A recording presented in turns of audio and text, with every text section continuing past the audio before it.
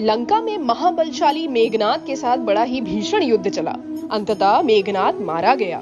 रावण, जो अब तक मद में चूर था, राम सेना खास तौर पर लक्ष्मण का पराक्रम सुनकर थोड़ा तनाव में आया।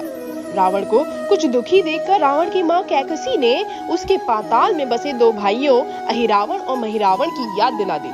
रावण को याद आया कि यह दोनों तो उसके बचपन के मित्र रहे हैं। लंका का राजा बनने के बाद उनकी सुध ही नहीं रही थी।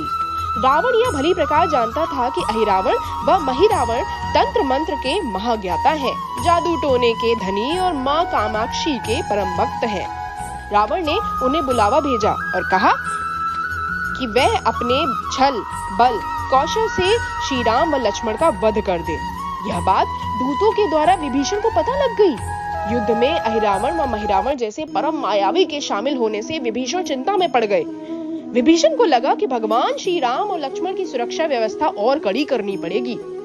राम लक्ष्मण की कुटिया लंका में सुवेल पर्वत पर बनी थी। हनुमान जी ने भगवान श्री राम की कुटिया के चारों ओर कड़ी सुरक्षा कर दी। अहिरावण और महिरावण श्री राम और लक्ष्मण को मारने सुमेल पर्वत पर पहुंचे, किंतु इतनी कड़ी सुरक्षा में वह कुटिया तक पहुंचने में असफल रहे। ऐसे में उन्होंने एक चाल चली। महिरावण विभीषण का रूप धर के कुटिया में घुस गया। राम व लक्ष्मण पत्थर की सपाट शिलाओं पर गहरी नींद में सो रहे थे। दोनों राक्षसों ने बिना आहट के शिला समेत दोनों भाइयों को उठा लिया और अपने निवास पाताल की ओर लेकर चल दिए। विभीषण लगातार सतर्क थे। उन्हें कुछ देर में ही पता चल गया कि कोई अनहोनी घट चुकी है। विभीषण को महिरावण पर शक था। उन्हें राम लक्ष्मण की जान की चिंता सताने लगी। विभीषण ने हनुमान जी को महिरावण के बारे में बताते हुए कहा कि वे उसका पीछा करें। लंका में अपने रूप में घूमना राम भक्त हनुमान के लिए ठीक न था, सो उन्होंने पक्षी का रूप धारण कर लिया और पक्षी का रूप में ही निकुंभला नगर पहुंच गए। निकुंभला नगर में पक्षी रूप धरे हनुमान जी ने कबूतर और कबूतरी को आपस में बतियाते सुना। कबूतर कबूतरी से कह रहा था कि अब रावण की जीत पक्की है। कबूतर की बातों से ही बजरंग बली को पता चल गया कि दोनों राक्षस राम लक्ष्मण को सोते में ही उठाकर कामाक्षी देवी को बलि चढ़ाने पाताल लोक चले गए हैं। हनुमान जी वायु वेग से रसातल की ओर बढ़े और तुरंत वहां पहुंचे। हनुमान जी को रसातल के प्रवेश द्वार पर एक अद्भुत पहरेदार मिला। इसका आधा शरीर वानर का और आधा मछली का था। उसने हनुमान जी को पाताल में प्रवेश से रोक दिया। द्वारपाल हनुमान जी से बोला कि मुझको परास्त किए बिना तुम्हारे भीतर जाना असंभव है। दोनों में लड़ाई ठन गई। हनुमान जी की आशा के विपरीत यह बड़ा ही बलशाली और कुशल योद्धा निकला। दोनों ही बड़े बलशाली थे। दोनों में बहुत भयंकर युद्ध हुआ, परंतु वह बजरंग बली के आगे न टिक सका। आखिरकार हनुमान जी ने उसे हरा तो दिया, पर उस द्वारपाल की प्रशंसा करने से नहीं रह सके। हनुमान जी ने उस वीर से पूछा कि हे वीर, तुम अपना परिचय दो। तुम्हारा स्वरूप भी कुछ ऐसा है कि उसको कौतूहल हो रहा है। उस वीर ने उत्तर दिया, मैं हनुमान का पुत्र हूँ और एक मछली से पैदा हुआ हूँ। मेरा नाम है मकरध्वज। हनुमान जी ने यह सुना तो आश्चर्य में पड़ गए। मकरध्वज ने कहा, लंका दहन के बाद हनुमान जी समुद्र में अपनी अग्नि शांत करने पहुंचे। उनके शरीर से पसीने के रूप में तेज गिर गया। उस समय मेरी माँ ने आहार के लिए मुख खोला था। वह तेज मेरी माता ने अपने मुख में ले लिया और गर्भवती हो गई। उसी से मेरा जन्म हुआ है। हनुमान जी ने जब यह सुना तो मकरध्वज को बताया कि वह ही हनुमान है। मकरध्वज ने हनुमान जी के चरण स्पर्श किए और हनुमान जी ने भी अपने बेटे को गले से लगा लिया और वहां आने का पूरा कारण बताया कि अपने पिता के स्वामी की रक्षा में सहायता करो। मकरध्वज ने हनुमान जी को बताया कि कुछ ही देर में राक्षस बलि के लिए आने वाले हैं। बेहतर होगा कि आप रूप बदलकर कामाक्षी के मंदिर में जाकर बैठ जाएं। उनको सारी पूजा झरोखे से करने को कहें। हनुमान जी ने पहले तो मधुमक्खी का वेश धरा और मां कामाक्षी के मंदिर में घुस गए। हनुमान जी ने मां कामाक्षी को नमस्कार कर सफलता की कामना की और फिर पूछा, हे मां, क्या आप वास्तव में श्री राम जी और लक्ष्मण जी की बलि चाहती हैं? हनुमान जी के इस प्रश्न पर मां कामाक्षी ने उत्तर दिया कि नहीं, मैं तो दुष्ट अहिरावण व महिरावण की बलि चाहती हूँ। यह दोनों मेरे भक्त तो हैं, पर अधर्मी हैं और अत्याचारी भी। आप अपने प्रयत्न करो, सफल रहोगे। मंदिर में 5 दीप जल रहे थे। अलग अलग दिशाओं और स्थान पर मां ने कहा, यह दीप अहिरावण ने मेरी प्रसन्नता के लिए जलाए हैं। जिस दिन से एक साथ बुझा दिए जाएंगे, उनका अंत सुनिश्चित हो जाएगा। इस बीच गाजे बाजे का शोर सुनाई पड़ने लगा। अहिरावन महिरावन बलि चढ़ाने के लिए आ रहे थे। हनुमान जी ने अब मां कामाक्षी का रूप धरा। जब अहिरावन और महिरावन मंदिर में प्रवेश करने ही वाले थे कि हनुमान जी का महिला स्वर गूंजा। हनुमान जी बोले, मैं कामाक्षी देवी हूँ और आज मेरे पूजा झरोके से करो। झरोके से पूजा आरंभ हुई। ढेर सारा चढ़ावा मां कामाक्षी को झरोके से चढ़ाया जाने लगा। अंत में बंधक बलि के रूप में राम लक्ष्मण को भी उसी में डाला गया। दोनों बंधन में बेहोश थे। हनुमान जी ने तुरंत उन्हें बंधन मुक्त किया।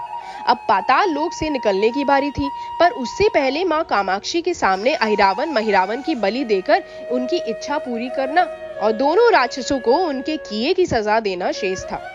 अब हनुमान जी ने मकरध्वज को कहा कि वह अचेत अवस्था में लेटे हुए भगवान राम और लक्ष्मण का खास ख्याल रखें और उसके साथ मिलकर दोनों राक्षसों के खिलाफ युद्ध छेड़ दिया।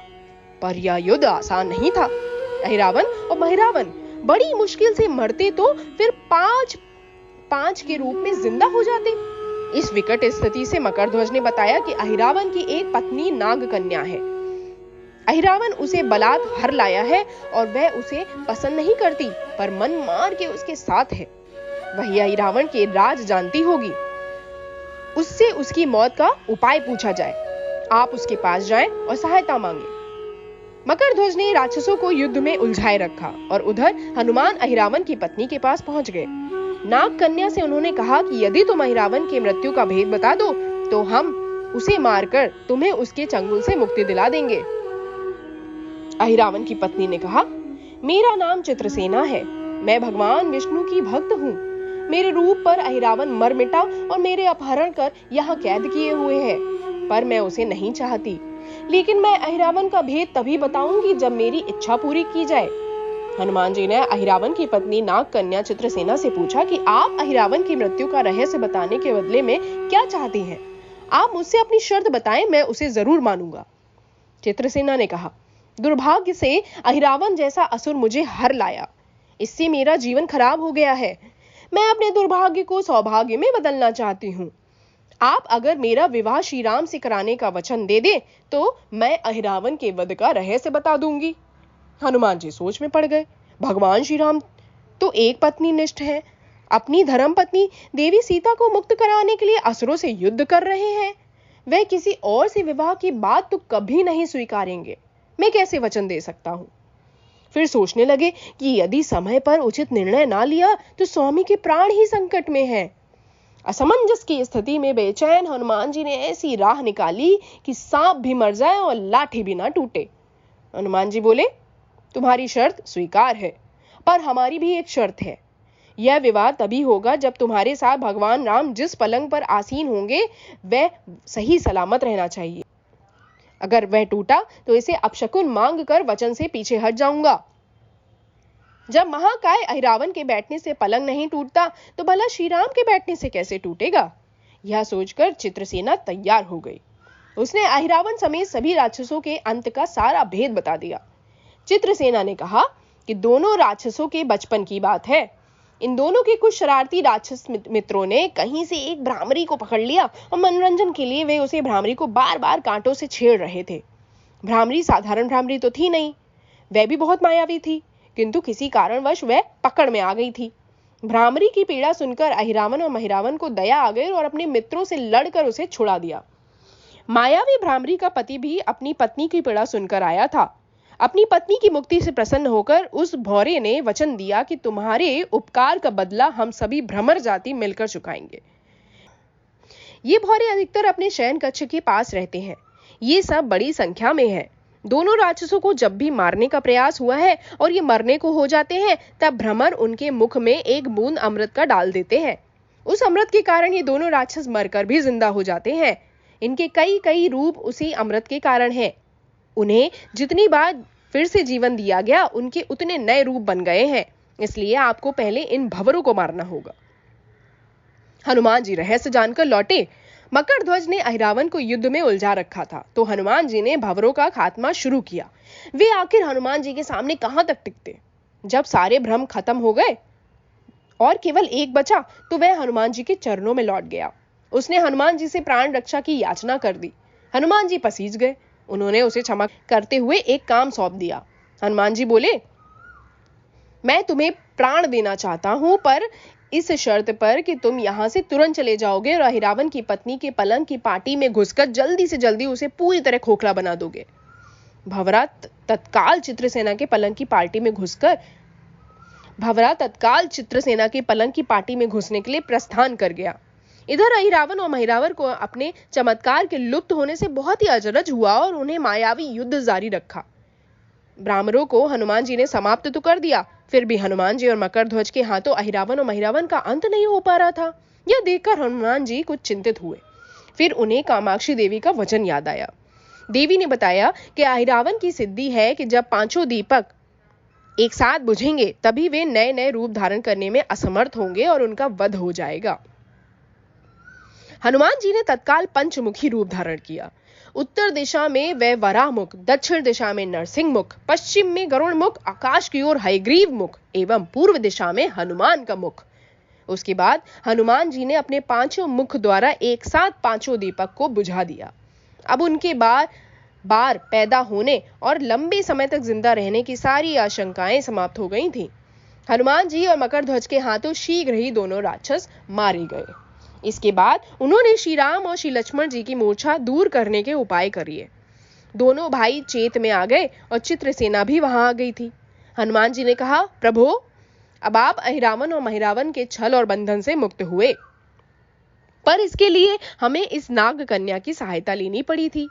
अहिरावण इसे बलपूर्वक उठा लाया था। वह आपसे विवाह करना चाहती है। कृपया उससे विवाह कर अपने साथ ले चलें, इससे उससे भी मुक्ति हो जाएगी। श्री राम हनुमान जी की बात सुनकर चकराए। इससे पहले कि वह कुछ कह पाते, हनुमान जी ने ही कह दिया, भगवान, आप तो मुक्तिदाता हैं। अहिरावण को मारने का भेद इसी ने बताया है। इसके बिना हम उसे मारकर आपको बचाने में सफल नहीं हो पाते। कृपा निधान इसे बेमुक्ति मिलनी चाहिए, परंतु आप चिंता ना करें। हम सबका जीवन बचाने वाले के प्रति बस इतना कीजिए कि आप इस बार पलंग पर बैठ जाइए, बाकी का काम मैं संपन्न करवाता हूं। हनुमान जी इतनी तेजी से सारे कार्य चलते जा रहे थे कि इससे श्री राम और लक्ष्मण जी दोनों चिंता में पड़ गए। वह कोई कदम उठाते कि तो हनुमान जी ने भगवान राम की बाह पकड़ ली थी। हनुमान जी ने भावावेश में प्रभु श्री राम की बाह पकड़कर चित्रसेना के उस सजे धजे विशाल पलंग पर बिठा दिया। श्री राम कुछ कह पाते या समझ पाते कि तभी पलंग की खोखली पाटी चरमरा कर टूट पड़ी। पलंग धराशायी हो गया। चित्रसेना भी जमीन पर आ गिरी। हनुमान जी हंस पड़े और फिर चित्रसेना से बोले, अब तुम्हारी शर्त तो पूरी हुई नहीं, इसलिए यह विवाह नहीं हो सकता। तुम मुक्त हो और हम तुम्हें तुम्हारे लोग भेजने का प्रबंध करते हैं। चित्रसेना समझ गई कि उसके साथ छल हुआ है। उसने कहा कि उसके साथ छल हुआ है। मर्यादा पुरुषोत्तम के सेवक उनके सामने किसी के साथ छल करे, यह तो बहुत अनुचित है। मैं हनुमान को श्राप दूंगी। चित्रसेना हनुमान जी को श्राप देने ही जा रही थी कि श्री राम का सम्मोहन भंग हुआ। वे इस पूरे नाटक को समझ गए। उन्होंने चित्रसेना को समझाया, मैंने एक पत्नी धर्म से बंधे होने का संकल्प लिया है, इसलिए हनुमान जी को यह करना पड़ा। उन्हें क्षमा कर दो। क्रुद्ध चित्रसेना ने तो उनसे विवाह की जिद पकड़ी हुई थी। श्री राम ने कहा, मैं जब द्वापर में श्री कृष्ण अवतार लूंगा तब तुम्हें सत्यभामा के रूप में अपनी पटरानी बनाऊंगा। इससे वह मान गई। हनुमान जी ने चित्रसेना को उसके पिता के पास पहुंचा दिया। चित्रसेना को प्रभु ने अगले जन्म में पत्नी बनाने का वरदान दिया था। भगवान विष्णु की पत्नी बनने की चाह में उसने स्वयं को अग्नि में भस्म कर दिया। श्री राम और लक्ष्मण मकरध्वज और हनुमान जी सहित वापस लंका में सुवेल पर्वत पर लौट गए। तो इसलिए दोस्तों, श्री हनुमान भगवान ने लिया था यह पंचमुखी का अवतार रूप।